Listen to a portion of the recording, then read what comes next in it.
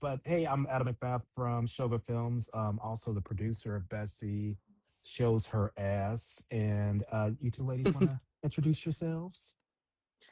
I am Cas Beedles, and I am the director of Bessie's Shows Her Ass, and and I will throw it to.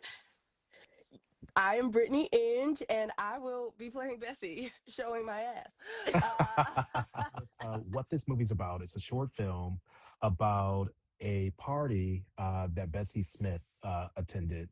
Hmm. Um, and kind of her really showing her ass at the party, but not really. I really want to ask you two kind of why did you want to join this project? Well, I joined. Obviously, I've joined before. The beautiful Brittany joined. I first of all, any stories about the Harlem Renaissance and characters in the Harlem Renaissance is always a um an attraction to me. I just think their lives were so rich and so full, and they laid the foundation for so much art to move forward, and we're losing so much of that history. Mm. So, period. I'm just gonna sign up no matter what.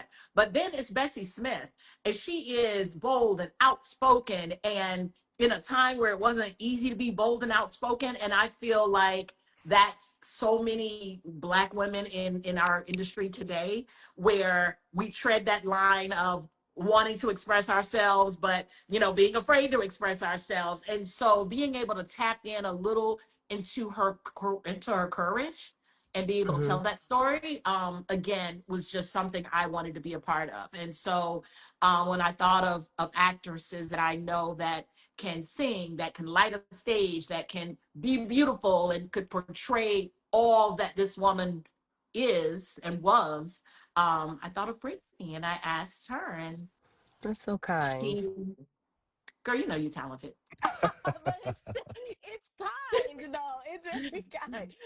But no, echoing what Cass said, when she did reach out, when she did share the script with me, what stood out to me and what made me really want to be a part of it was like, first of all, the title being called Bessie Shows Her Ass, right? I'm like, okay, like what is this about to be about? And then I read it, and kind of like you said at the top, like yeah, she showed her ass a little bit, but not really. Because what I got from the script is like, so often when we talk about women of her era, we are talking about how they performed, how they presented themselves. It was always loud and brassy and bold and all of this stuff, but not always with the recognition that that was being used as an armor a lot of times to protect themselves against the ways of the world, to protect themselves, even in Bessie's case in the script, against people who sometimes present themselves as allies. Yeah. But you know what I mean? But there's some other things going on. And so I like that the script, yet while she is showing her ass, and rightly so, you get to see a glimpse into where that's coming from, her pain. Like in addition to her courage, her pain, and how her showing her ass is attached to all of that. You know Right. what I mean? So that really stood out to me as well. It's interesting too you said that, because so many times as artists, especially then, their pain had to be woven into their character. Right. You know what I mean? It's Right. like that whole where Stephen Fetchit came from. You know what I mean? It's like no one wanted to do that. No one wanted to be like, oh, da, da. But it's like you want to work. You know you're being used. You know you're being used. You know people are being entertained slash mocking your talent. Yeah. How do you, as an artist, and I'm just trying to think even Bessie's place, how do you as an artist articulate your passion at that time, without being loud? You know what I mean? Yeah. Without Yeah. being brass and loud. Yeah. Because if you were the opposite, you're not going to get seen. You're not going to be heard. So I think it's such a fine line Yep. of that pain and passion, that I can't wait to explore with you, Brittany, Yeah. on film. Because I just think it was such an interesting time, and ironically, becoming again such an interesting time in Yeah. history. Yeah. Yeah. Absolutely.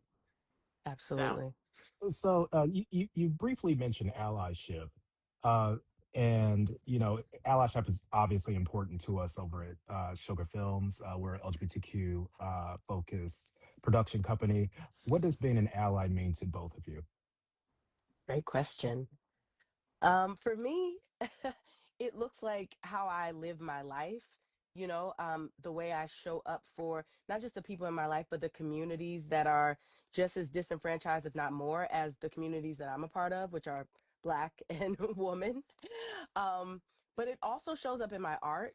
I am an actor. I enjoy telling stories like this one. I'm also on a show right now where I play a proud Black lesbian, and what I love about being on that show and playing that character is that uh she's not a lesbian in the sense that you can see it when you first meet her. And I think sometimes on TV they like to present homosexuality, trans, all of it in a very specific, narrow minded way. And I really hate that because I have friends of all varieties and I know how it shows up, and it shows up in varying ways, just like Black folks, just like women, just like, et cetera. So I do love being able to portray her and represent her because she is a real person who is, a Black gay woman, and represent all that she is, which is someone you can't tell just by looking at someone who they are, what they're about, and also recognizing that that doesn't define the whole person. So it shouldn't matter whether you can tell or not. So that's something that I'm always thinking about when I'm playing her, and it just shows up in how I live my life and how I do my art. Yeah, I love that. I mean, I echo her outside of being an actress, but I mean, I don't even look at it as an allyship. Like it's a community, it's a family, it's a community. So I hate that we even have to separate. It's like, oh, we're gonna support this type of project. Like we're all one, and so I want Right. to bring a humanness to that. You know what I mean? And I feel like we become so alienated. Like we want to put people in a box, and this is how this person is, and this is how this person is, and we have to get back to celebrating just humans in general. And Yeah. so that's how I connect with any community, but especially the LGBTQIA community, because again, I have so many friends, family members, are colleagues that are in that community, and I just don't really separate myself. I don't I Yeah. don't like, oh, this is an LGBTQ party, so Right. this is that type of party. No, this is a party with my friends. Speak to it. It's important that we keep our history alive, just period. And so as the establishment that we live in, we all know the times that we're in, and museums are getting closed down and just all that, but I don't even want to get into that. Hollywood doesn't normally fund these type of movies. So let's just say it Right. wasn't a film short and it was a feature. It would take years upon years upon years to even get this type of film funded. So it's just very important. And I thank Shoga so much for caring enough about the Harlem Renaissance, caring enough about the queer stories of the Harlem Renaissance to tell this. The other two films were beautifully done, but it's just very important that we support it. People always say, we don't get this story, we don't get to see. Well, now is your time to support and to get to see, because someone has cared enough to tell a beautiful script. Shout out to Robert Phillipson for doing this, and it's beautifully done. And yeah, so support, because these are the stories that the studios do not tell. These stories are always independently made, and the independent filmmaker relies on our public.